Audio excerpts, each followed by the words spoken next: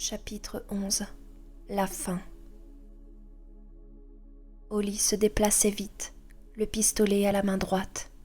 Billy et moi avions à peine franchi le seuil du supermarché qu'il était auprès de ma Jeep, forme sans substance, comme les fantômes de la télé. Il ouvrit la portière du chauffeur, puis la portière arrière. Puis, quelque chose surgit de la brume et le coupa quasiment en deux. À aucun moment je n'ai très bien vu la chose, et il me semble que c'est tant mieux. Elle était rouge, de la couleur furieuse d'un homard cuit. Elle avait des pinces, elle émettait un grondement sourd, pas très différent du bruit que nous avions entendu après la sortie de Norton et de sa petite bande de partisans de la terre plate. Holly tira un coup de feu, et puis les pinces de la chose se refermèrent, et le corps d'Holly parut se déformer dans un terrible dégorgement de sang. Le pistolet d'Amanda tomba de sa main, heurta le sol, et un coup partit. J'eus la vision cauchemardesque d'énormes yeux sans éclat, semblables à des poignées de braise pourpre, géantes, et puis la chose se replia dans la brume, en gardant dans son étreinte ce qui restait d'Holly Weeks. Un long corps de scorpion aux multiples segments se traînait lourdement sur le pavé. En cet instant, il me fallut choisir. Peut-être est-ce toujours le cas, si bref que soit l'instant. Une moitié de moi voulait retourner en courant au supermarché, en serrant Billy contre ma poitrine. Une autre moitié courait vers la Jeep, jetait Billy à l'intérieur, s'y précipitait à sa suite. Puis Amanda cria. C'était un son perçant, qui montait et semblait s'élever en spirale jusqu'à la fréquence ultrasonique. Billy se pressa contre moi, cachant son visage contre ma poitrine. Une araignée avait saisi à Titterman. Elle était grosse. Elle l'avait renversée. Sa robe avait glissé, découvrant des genoux osseux quand la chose s'accroupit sur elle, ses pattes poilues, hérissées de piquant, lui caressant les épaules. Elle se mit à filer sa toile. Madame Carmody avait raison, pensai-je. Nous allons mourir ici. Nous allons vraiment mourir ici. « Amanda !» hurlai-je. Pas de réponse. Elle avait totalement disparu. L'araignée chevauchait ce qui restait de la babysitter de Billy, de cette dame qui avait adoré les puzzles et ces satanés mots croisés force 7 que personne ne pouvait faire sans devenir dingue. Les filaments entouraient son corps, leur blancheur virant au rouge, tandis que l'enduit acide la pénétrait.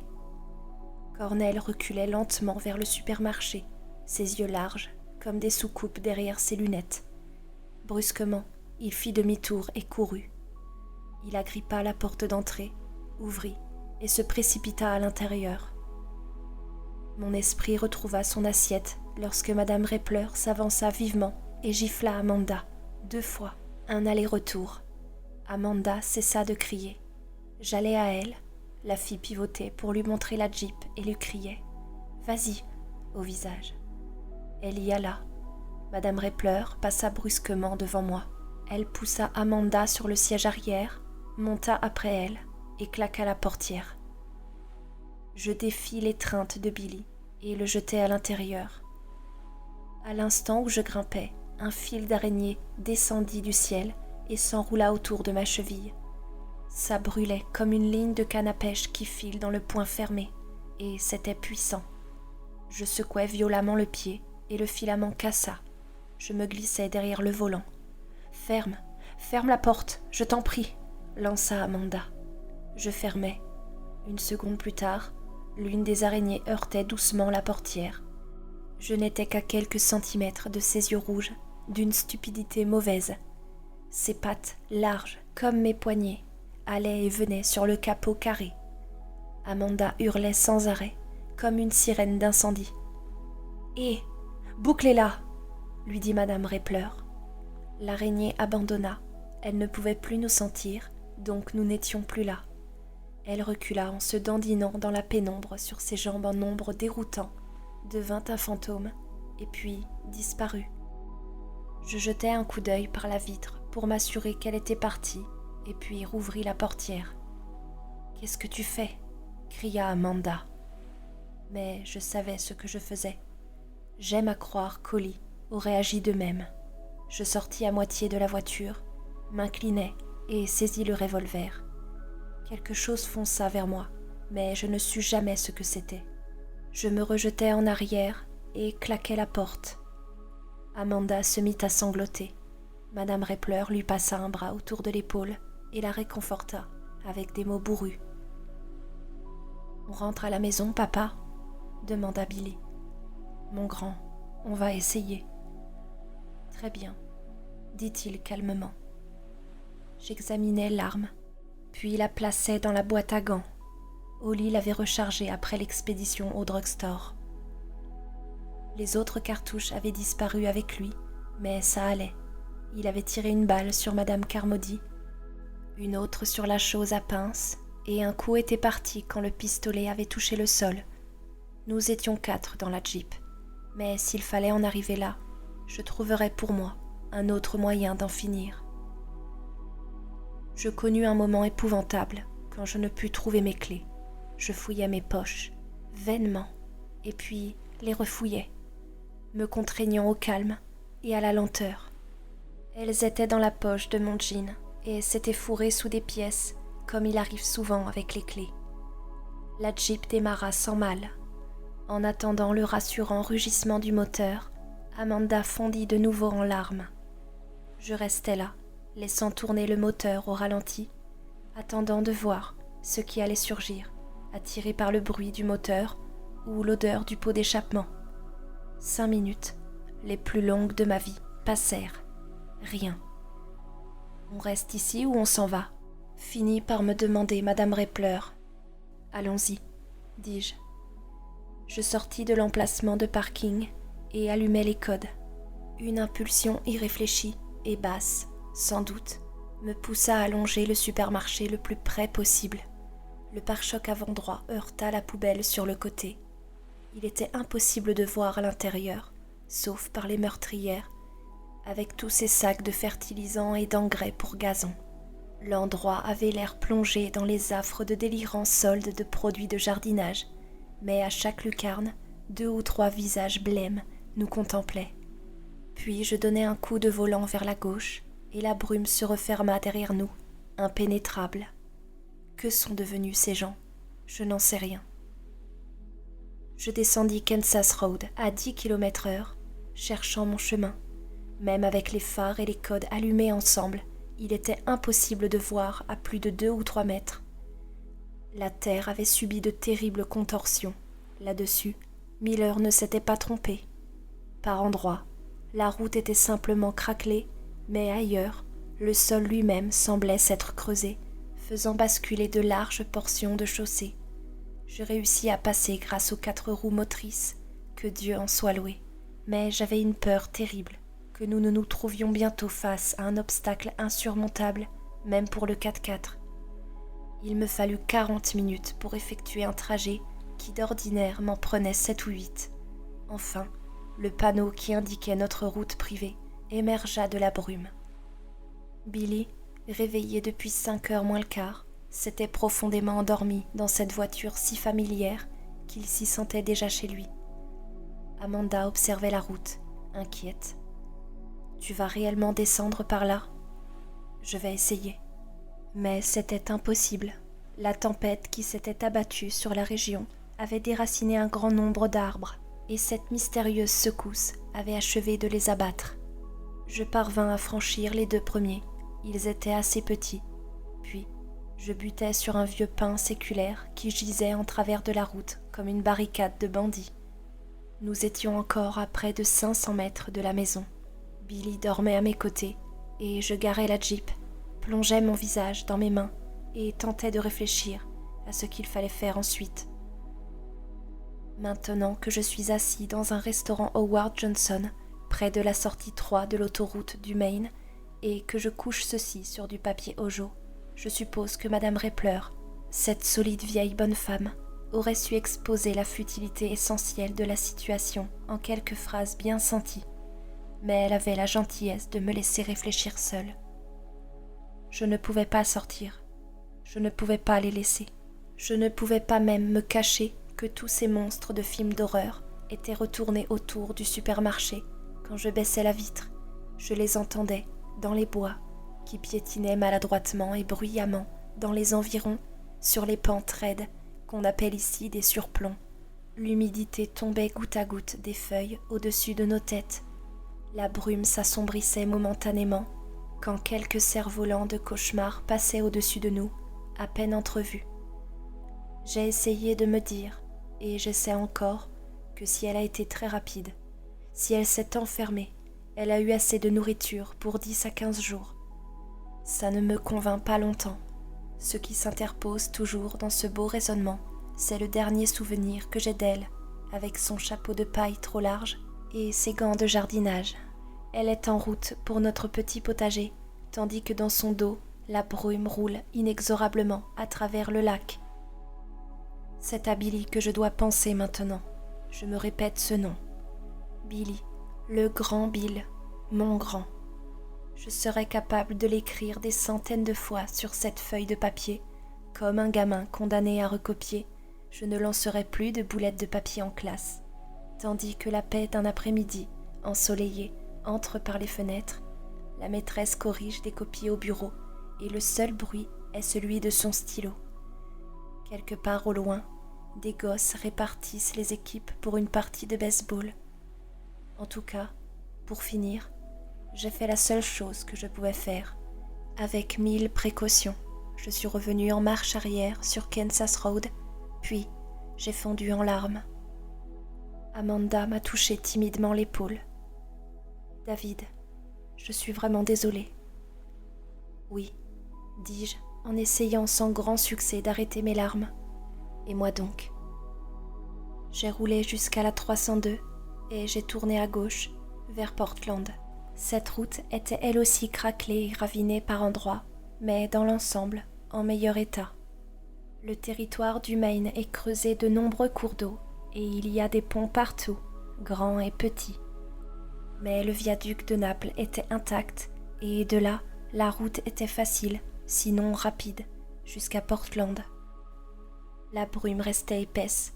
Une fois je dus m'arrêter, croyant que des arbres gisaient en travers de la route. Puis, les arbres se sont mis en mouvement et ont ondulé, et j'ai compris qu'il y avait encore des tentacules. Je me suis arrêtée et au bout d'un moment, ils se sont retirés. Une fois, une énorme chose verte, avec un corps iridescent et de longues ailes transparentes, a atterri sur le capot. Ça ressemblait à une libellule, grossièrement contrefaite. Elle s'attarda là un moment, puis battit des ailes et disparut. Billy se réveilla environ 2 heures après que nous avions quitté Kansas Road, et il me demanda si nous avions déjà retrouvé maman. Je lui dis que je n'avais pas réussi à descendre notre route à cause des arbres abattus.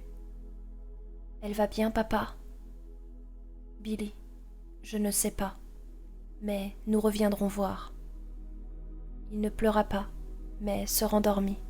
J'aurais préféré des larmes. Il dormait beaucoup trop, bon Dieu, et je n'aimais pas ça. La tension commençait à me donner la migraine à force de conduire à 10 ou 15 km/h à travers le brouillard, en sachant que n'importe quoi pourrait en surgir, absolument n'importe quoi. Une inondation, un éboulement ou Ghidra, le monstre à 3 têtes. Je crois que j'ai prié Dieu que Stéphanie soit vivante, qu'il ne fasse pas retomber mon adultère sur sa tête. J'ai prié Dieu de me laisser conduire Billy en sûreté parce qu'il en avait déjà trop vu. La plupart des voitures s'étaient garées au bord de la route quand la brume était arrivée. Et à midi, nous étions à North Windham, mais 6 kilomètres plus bas environ. Un pont, franchissant un petit et bruyant cours d'eau, s'était effondré dans les flots. Je dus faire marche arrière pendant un bon kilomètre avant de trouver un endroit suffisamment large pour tourner. Finalement, nous nous dirigeâmes vers Portland par la 302. Quand nous y arrivâmes, je pris la bretelle de l'autoroute. Le net alignement des cabines du péage avait été transformé en une série de carcasses informes aux vitres brisées. Tout était vide. Dans la porte coulissante de l'une d'entre elles se trouvait une veste déchirée avec l'insigne de la direction des autoroutes du Maine sur les manches. Elle était poisseuse de sang à demi séché. Nous n'avions pas vu âme qui vive depuis que nous avions quitté le supermarché.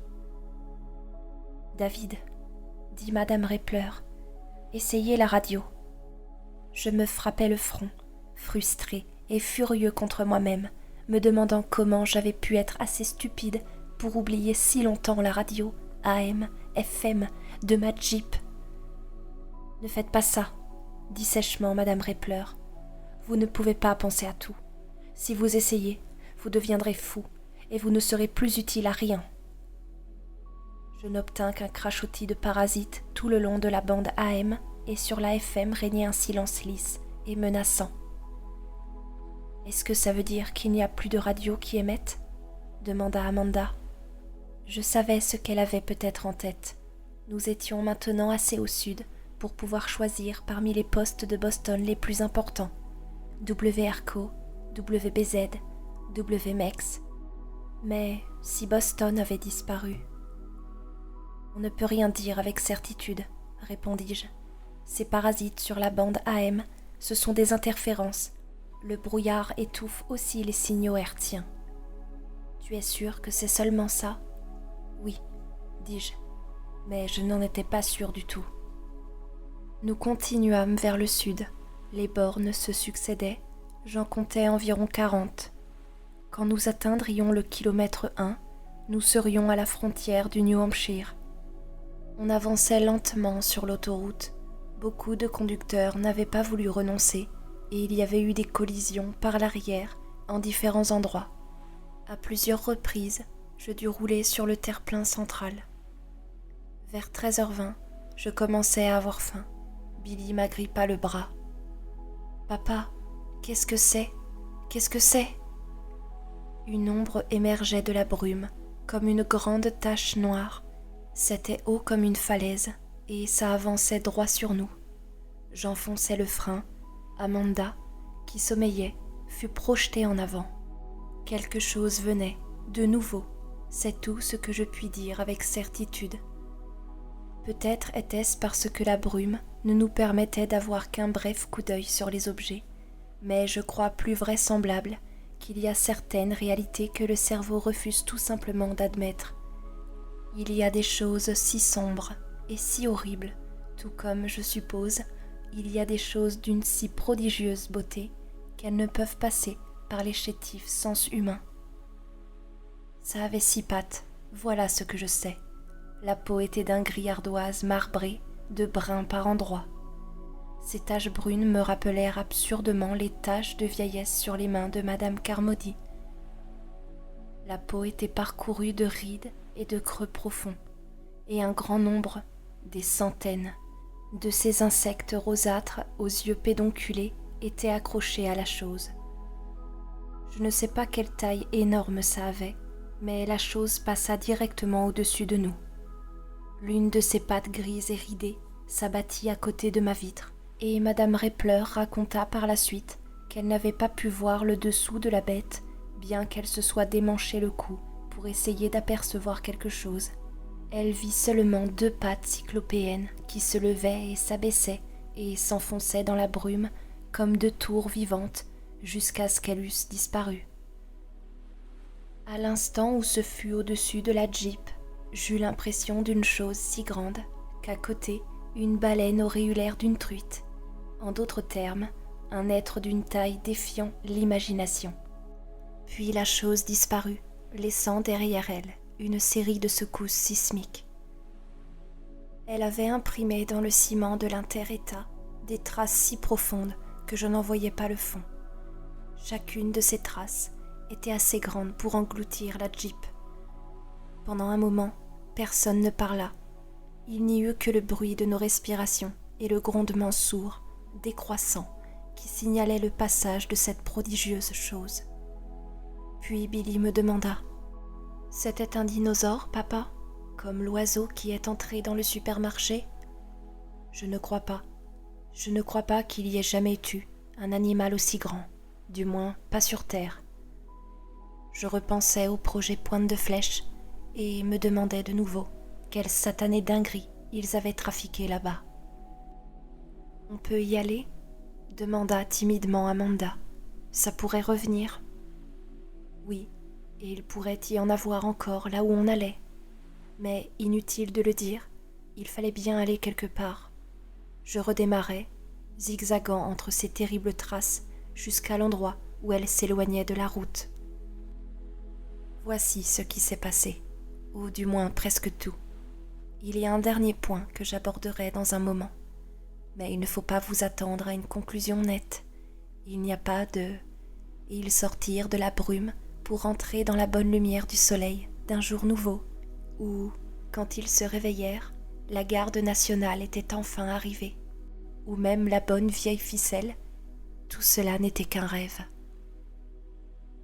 C'est, je suppose, ce que mon père appelait toujours avec un froncement de sourcils une fin à la Hitchcock, c'est-à-dire pour lui une conclusion ambiguë qui permet au lecteur ou au spectateur de se faire sa propre idée sur la manière dont l'aventure se termine.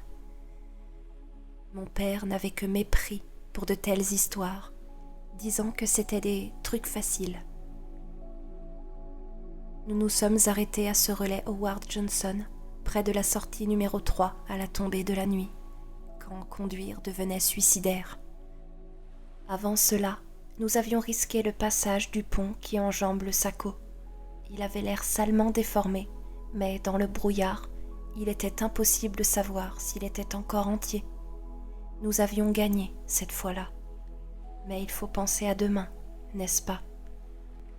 J'écris ces lignes à 1h moins le quart du matin, le 23 juillet.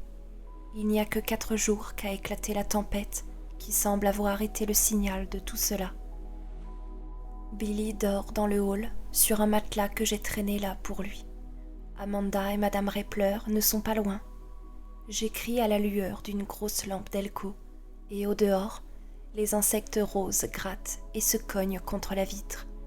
De temps à autre, il y a un bruit sourd plus fort quand un oiseau en emporte un. La Jeep a assez d'essence pour nous emmener encore sur une 30aine de kilomètres. L'autre solution est d'essayer de faire le plein ici. Il y a une station sur l'aire de service un peu plus loin. Et bien que le courant soit coupé, je crois que je pourrais siphonner du carburant pour remplir le réservoir. Mais ça veut dire se tenir au dehors. Si nous arrivons à prendre de l'essence, ici ou plus loin, nous continuerons. Voyez-vous, j'ai une destination en tête. C'est la dernière chose dont je voulais vous parler. Je ne peux pas être sûre. C'est le point délicat, sacrément délicat. C'était peut-être l'effet de mon imagination, rien qu'une façon de prendre mes désirs pour des réalités. Et, même si ce n'est pas le cas, il y a tant de risques. Combien de kilomètres, combien de ponts, combien de choses qui adoreraient déchiqueter mon fils et le manger en dépit de ses cris de terreur et de souffrance. Le risque, que ce ne soit qu'un rêve éveillé, est si grand que j'en ai pas parlé aux autres, du moins pas encore. Dans l'appartement du directeur, j'ai trouvé un gros poste de radio à pile multibande. De l'arrière de l'appareil partait un fil d'antenne qui passait par la fenêtre. Je l'ai allumé, l'ai mis sur pile, j'ai joué avec le bouton des stations et je n'ai obtenu que des parasites ou un silence de mort. Et puis tout au bout de la bande AM, au moment précis où je tendais la main pour éteindre, je crus entendre, ou je rêvais d'entendre, un seul mot. Il n'y eut rien de plus. J'écoutais pendant 1 heure, mais il n'y eut rien de plus. Si ce mot unique avait bien existé, il est passé à travers une lacune minuscule, du brouillard isolant, une faille infinitésimale qui s'est immédiatement refermée. Un seul mot. Il faut que je dorme un peu. Si je parviens à dormir, et non à être hantée jusqu'à l'aube par les visages d'Holly Weeks, de Madame Carmody et de Norme, le manutensière, et par le visage de Steph, à demi masqué par l'ombre de la large visière de son chapeau. Il y a un restaurant ici, un restaurant Ojo typique, avec une salle à manger et un long comptoir de restauration en forme de fer à cheval. Je vais laisser ces pages sur le comptoir, et peut-être un jour quelqu'un les trouvera et les lira. Un seul mot, à condition que je l'ai bien entendu, à condition.